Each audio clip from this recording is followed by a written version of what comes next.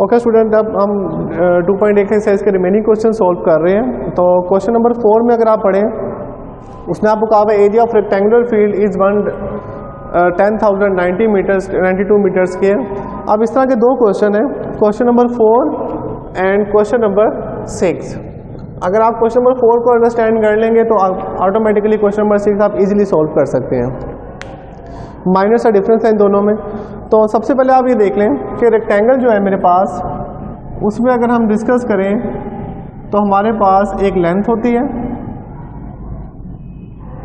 और एक होती है विड्थ, और नॉर्मली लेंथ जो है वो ज़्यादा होती है विड्थ से।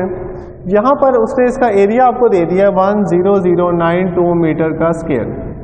और सबसे पहले हम यही लिख लेते हैं कि एरिया ऑफ रेक्टेंगल हमें गिवन है 10092 मीटर स्क्वायर, और एरिया ऑफ रेक्टेंगल का फार्मूला आपको याद होना चाहिए, लेंथ मल्टीप्लाई विड्थ होता है 10092 मीटर स्क्वायर। तो ये तो मे भी सबको याद ही होगा फार्मूला आप लोगों को कि 90 एरिया जो रेक्टेंगल का फार्मूला है वो लेंथ मल्टीप्लाई विड्थ होता है। यहाँ पर उसने क्वेश्चन में एक लफ्ज़ लिखा हुआ है, लाइन है, its length is 3 times as long as its width. इसका मतलब ये है कि लेंथ जो है वो 3 टाइम है, टाइम का मतलब मल्टीप्लाई होता है, as long as its width, तो विड्थ का 3 टाइम दिया हुआ है, इसका मतलब इक्वल होता है। तो length is equal 3 time 3 multiply width w के। मतलब अगर लेंथ 6 है तो विड्थ कितनी होगी, 2 होगी, क्योंकि अगर 2 को मैं 3 से मल्टीप्लाई करूँगा तो 6 आ जाएगा। अगर लेंथ को मैं 8 ले लेता हूँ तो फिर ये मेरे पास 4 होगी, सॉरी 8 तो 3 पर नहीं आएगा। अगर मैं इसको 9 ले लूँ तो फिर ये मेरे पास 3 हो जाएगी। मतलब जो भी विड्थ होगी उसको 3 से मल्टीप्लाई करें तो हमें लेंथ मिल जाएगी। तो यहाँ पे उसने क्वेश्चन में आपको कहा है कि लेंथ जो है वो 3 टाइम है विड्थ के, मतलब लेंथ विड्थ का 3 गुना है। तो यहाँ पे लेंथ की जगह पे हम क्या लिख देंगे, 3w multiply w 10092 metre square. तो w को जब w से मल्टीप्लाई करेंगे w का स्क्वायर हो जाएगा विड्थ का 92 मीटर स्क्वायर। अब 3 वहाँ जाके डिवाइड हो जाएगा 10092 मीटर स्क्वायर ओवर 3। अब इसको मैं डिवाइड करता हूँ अगर, तो मेरे पास जो आंसर आएगा 9, अगेन 3 से करेंगे 9, फिर 6 से 18 और लास्ट में 12 है तो 4 से पूरा डिवाइड हो जाएगा ये। तो इसका फाइनल आंसर आ गया 3364 मीटर स्क्वायर। ये मेरे पास विड्थ का स्क्वायर आ जाएगा। लेकिन हमने यहाँ पे पेरीमीटर फाइंड करना है, और पेरीमीटर जो होता है वो हमारे पास सिर्फ लेंथ और विड्थ के ऊपर डिपेंड करता है, विड्थ का स्क्वायर तो उसमें आता ही नहीं है। अगर पेरीमीटर का मैं यहाँ पे फार्मूला डिफाइन करूँ तो वो होता है, ये लेंथ है तो ये भी लेंथ होगी, ये विड्थ है तो ये भी विड्थ होगी। तो इसका फार्मूला होता है 2 time length plus width. 2 length है 2 विड्थ है, 2 उसमें कॉमन ले लिया। अगर आप इसका लेंथ प्लस विड्थ लिखें तो 2 लेंथ प्लस 2 विड्थ बनेगा, उसमें से 2 कॉमन अगर आप ले लें तो ये फार्मूला बन जाता है। तो हमें एक्चुअली लेंथ और विड्थ की वैल्यू फाइंड करनी है। जब हम इसके अंदर पुट करेंगे तो हमारे पास पेरीमीटर आ जाएगा। तो अब हमें यहाँ पे दोनों तरफ स्क्वायर रूट लेना पड़ेगा ताकि मेरे पास अंडर रूट कैंसिल आउट हो जाए। और इसका स्क्वायर रूट अगर आप सॉल्व करें, लेट्स सपोज इधर सॉल्व कर लेते हैं, 3364, 2 पेयर बनेंगे इसमें। तो 5 को 5 से मल्टीप्लाई करेंगे 25, 864, इसको प्लस किया 10। अब यहाँ 10 है, यहाँ 86 है तो 8 से ही कर सकते हैं हम, तो ये कंप्लीट आ जाएगा 864। तो स्टूडेंट हमारे पास 58 आंसर आ जाएगी, विड्थ की वैल्यू 58 मीटर। अभी सिर्फ विड्थ की वैल्यू आई है। अब लेंथ की वैल्यू फाइंड करने के लिए हम क्या करेंगे, इसको फर्दर, एल की वैल्यू मेरे पास है 3w, तो इसके लिए अब length is equal to 3w था, तो एल इज इक्वल टू आ जाएगा 3 मल्टीप्लाई 58, तो ये आ जाएगा 174 मीटर। अब लेंथ भी मिल गई है, विड्थ भी मिल गई है। अब पेरीमीटर के अंदर सिंपल फार्मूले में पुट कर दें वैल्यू, तो P बराबर होगा 2 टाइम लेंथ प्लस विड्थ। तो 2 टाइम लेंथ मेरे पास है 174 प्लस 58, इनको अगर जमा कर लें आप तो 2 1 कैरी 3 और फिर 2 232, और ये आ जाएगा 464 मीटर।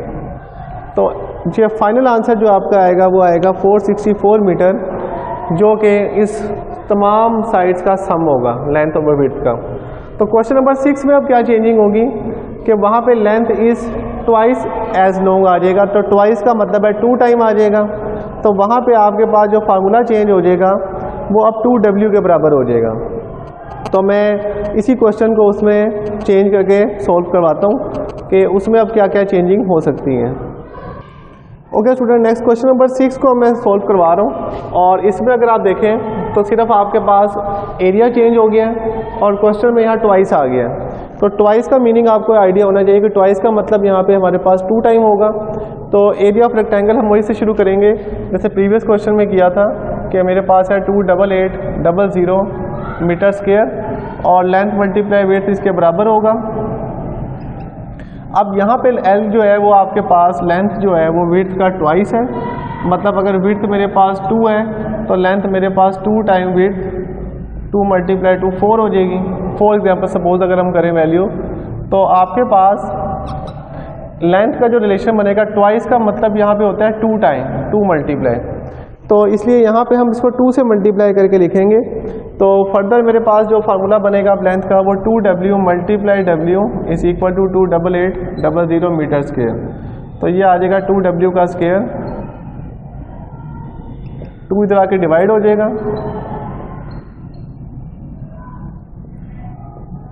तो आपके पास वैल्यू आ जाएगी 14400 मीटर स्क्वायर और ये वैल्यू हमने क्वेश्चन नंबर 1 में भी सॉल्व की है। इसका स्क्वायर रूट वहाँ पे भी सॉल्व किया था। अब नेक्स्ट हमने वही काम करना है, इसमें लेंथ फाइंड करनी है, पेरीमीटर फाइंड नहीं करना। तो लेंथ तब तक फाइंड नहीं कर सकते जब तक विड्थ की वैल्यू ना पता हो। तो इसका आप दोनों तरफ स्क्वायर रूट फाइंड कर लेंगे बाय डिवीजन मेथड। तो अगर यहाँ पे इसका मैं स्क्वायर रूट सॉल्व करता हूँ, ये सेम वैल्यू का स्क्वायर रूट हमने क्वेश्चन नंबर 1 में सॉल्व किया है।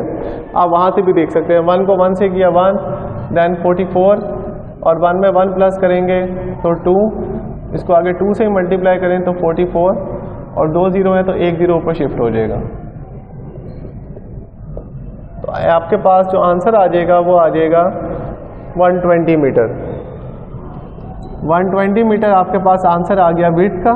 लेकिन हमने क्योंकि लेंथ की वैल्यू फाइंड करनी थी और लेंथ बराबर था 2 टाइम विड्थ के, तो 2 मल्टीप्लाई 120 तो फाइनल आंसर आ जाएगा आपके पास 240 मीटर, जो कि लेंथ का आंसर है। इसमें आगे पेरीमीटर आपसे नहीं पूछा गया, इसलिए आपने पेरीमीटर की वैल्यू इसमें नहीं फाइंड करनी। सिर्फ आपका यहीं तक जो है वो आंसर एक्सेप्टेबल होगा। Okay student, next question number 8 है। इसमें आपको उसने अमाउंट की फॉर्म में वैल्यू दी हुई है और उसने यहाँ बताया है कि सर्कुलर रीजन है।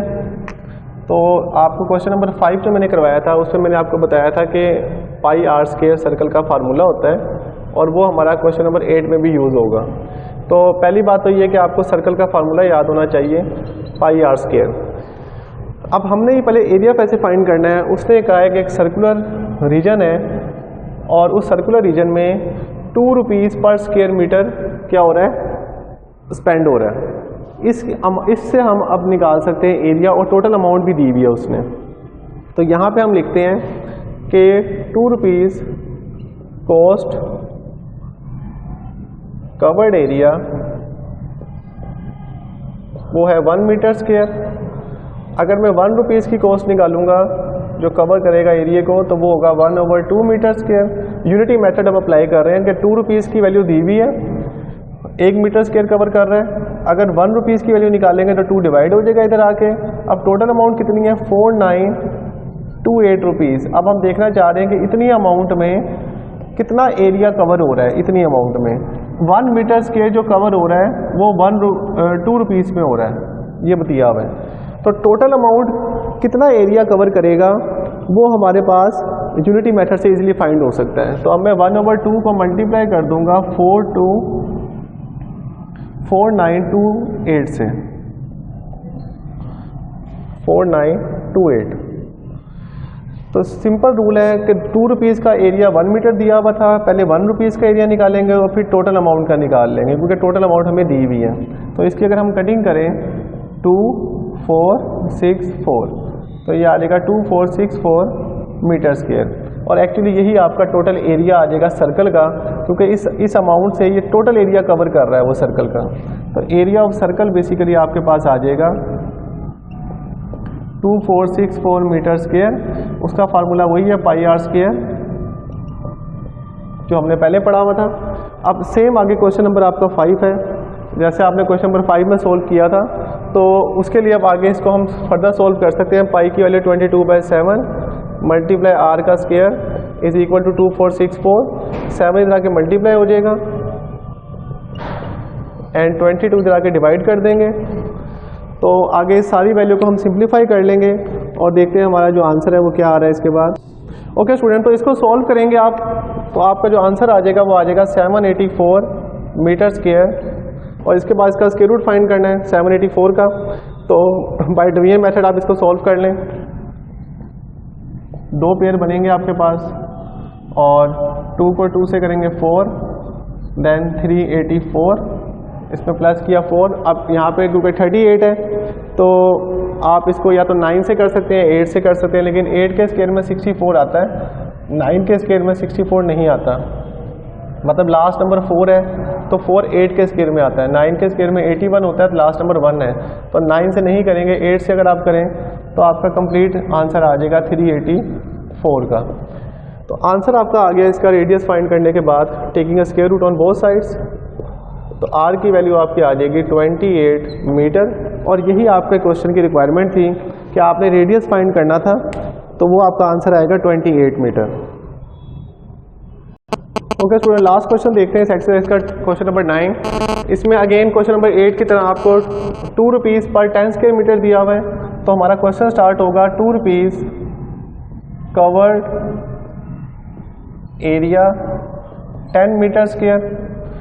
एक्चुअली इस पे स्क्वायर फील्ड की बात हो रही है, तो हम स्क्वायर फील्ड का टोटल एरिया निकालना चाह रहे हैं और वो अमाउंट से हम फाइंड करेंगे। ये अमाउंट आपको दी हुई है और उसके बाद जब एरिया आ जाएगा स्क्वायर का, तो नेक्स्ट आपको पता है लेंथ अगर आपने फाइंड करनी है तो लेंथ होता है अंडर रूट ऑफ एरिया। ये इससे पहले भी टोटल 4-5 क्वेश्चन में हमने यूज़ की है। Then 2 rupees covered area 1 metre 10 metre square. तो 1 रुपीज़ कितना एरिया कवर करेगा, उसके लिए 10/2 वो आ जाएगा 5 मीटर स्क्वायर। अब लास्ट जो आपके पास है अमाउंट, उसने दी हुई है 2450 रुपीज़, ये बुक में गिवन है। तो 245 रुपीज़ कवर्ड एरिया, इतनी अमाउंट कवर करेगी 5 मल्टीप्लाई 2450। तो इसको अभी मल्टीप्लाई करेंगे तो हमारे पास उस टोटल एरिया की वैल्यू आ जाएगी जो कि हमारे पास स्क्वायर फीट की हमें चाहिए है। तो इसका जो आंसर आ रहा है वो आपके पास आ रहा है 12250 मीटर स्क्वायर। और अब आगे अगर आपके पास एरिया ऑफ स्क्वायर मिल गया है तो नेक्स्ट आपके लिए कोई क्वेश्चन मुश्किल नहीं रहा, क्योंकि एरिया ऑफ स्क्वायर आपको 12250 मीटर स्क्वायर है। तो अगर आपने लेंथ फाइंड करनी है तो लेंथ अंडर रूट होता है 12250 मीटर स्क्वायर का। अब आप इसका स्क्वायर रूट फाइंड कर लें। तो पेयर आपके पास बन रहे हैं, 1 को पहले 1 से मल्टीप्लाई करेंगे, देन 22 का पेयर उतार लेंगे, यहाँ पे 2, अब इसको 1 से ही कर सकते हैं, देन 150। और फर्दर अगर हम इसको सॉल्व करें तो मे भी इसमें कोई करेक्शन देख लेते हैं कि हमारे पास जो आंसर आया मल्टीप्लाई करके वो करेक्ट आ रहे हैं या नहीं, और देन फिर मैं आपको इसको कंटिन्यू करवाता हूँ। ओके स्टूडेंट, अगर आप इसको 10 से सॉल्व करेंगे तो आपका जो आंसर है वो पॉइंट में आना शुरू हो जाएगा। तो बेहतर है कि हम इसको कन्वर्ट कर लेते हैं 100 में, क्योंकि मोस्टली बुक्स में पहले ये 100 वैल्यू दी हुई होती थी। तो अगर 100 सेंटीमीटर स्क्वायर से अगर इसको सॉल्व करेंगे तो यहाँ पे 100 मीटर स्क्वायर और यहाँ पे आपके पास आंसर आ जाएगा 50 मीटर स्क्वायर। तो जब 50 से इसको मल्टीप्लाई करेंगे तो ये आपके पास 1 0 ऐड आ जाएगा, एक्स्ट्रा आ जाएगा मीटर स्क्वायर। तो 100 से इसको सॉल्व करना हमारे लिए इजी है, क्योंकि उससे हमारा आंसर फ्रैक्शन में नहीं आएगा, पॉइंट पे नहीं आएगा। तो इसको आप चेंज कर लें, अगर पेपर में भी सवाल आएगा तो 100 स्क्वायर मीटर से आ सकता है, 10 से नहीं आएगा क्वेश्चन। तो इसका अब जो पेयर्स बनेंगे वो 2 zeros, देन 25 और देन 12। तो आपके पास पहले जो स्क्वायर बनेगा, जो वैल्यू आप लेंगे वो 12 है, तो 3 को 3 से मल्टीप्लाई करेंगे, देन 9, 325, उसको प्लस किया 6, देन 5 से करेंगे तो 325 कंप्लीट हो जाएगा, और यहाँ से 2 जीरो आप एलईडी उतार लें तो आपके पास जो 350 मीटर है वो आपके पास फाइनल आंसर आ जाएगा, जो कि लेंथ ऑफ स्क्वायर होगी। तो इस क्वेश्चन में सिर्फ यही प्रॉब्लम है कि यहाँ पे 10 स्क्वायर मीटर से अगर आप सोल्व करेंगे तो आपका जो वैल्यू आ रही है वो पॉइंट में आनी शुरू हो जाएगी। तो डेसिमल से बचने के लिए आप इसको 100 में करें कन्वर्ट और फिर सॉल्व करें तो फिर आपको प्रॉपर इसका आंसर मिल जाएगा। तो बाकी जो क्वेश्चन हैं इसके वो भी तकरीबन स्क्वायर फीट वाले, उनका सबका आंसर हमारा डेसिमल के बगैर आ रहा था, प्रॉपर फ्रैक्शन प्रॉपर सॉल्व हो रहा था। इसलिए इस क्वेश्चन को भी हम पॉइंट में डेसिमल में नहीं लेके जाएंगे। तो 100 मीटर स्क्वायर करके आप इसको सॉल्व कर लें तो आपका आंसर करेक्ट होगा। Thank you so much.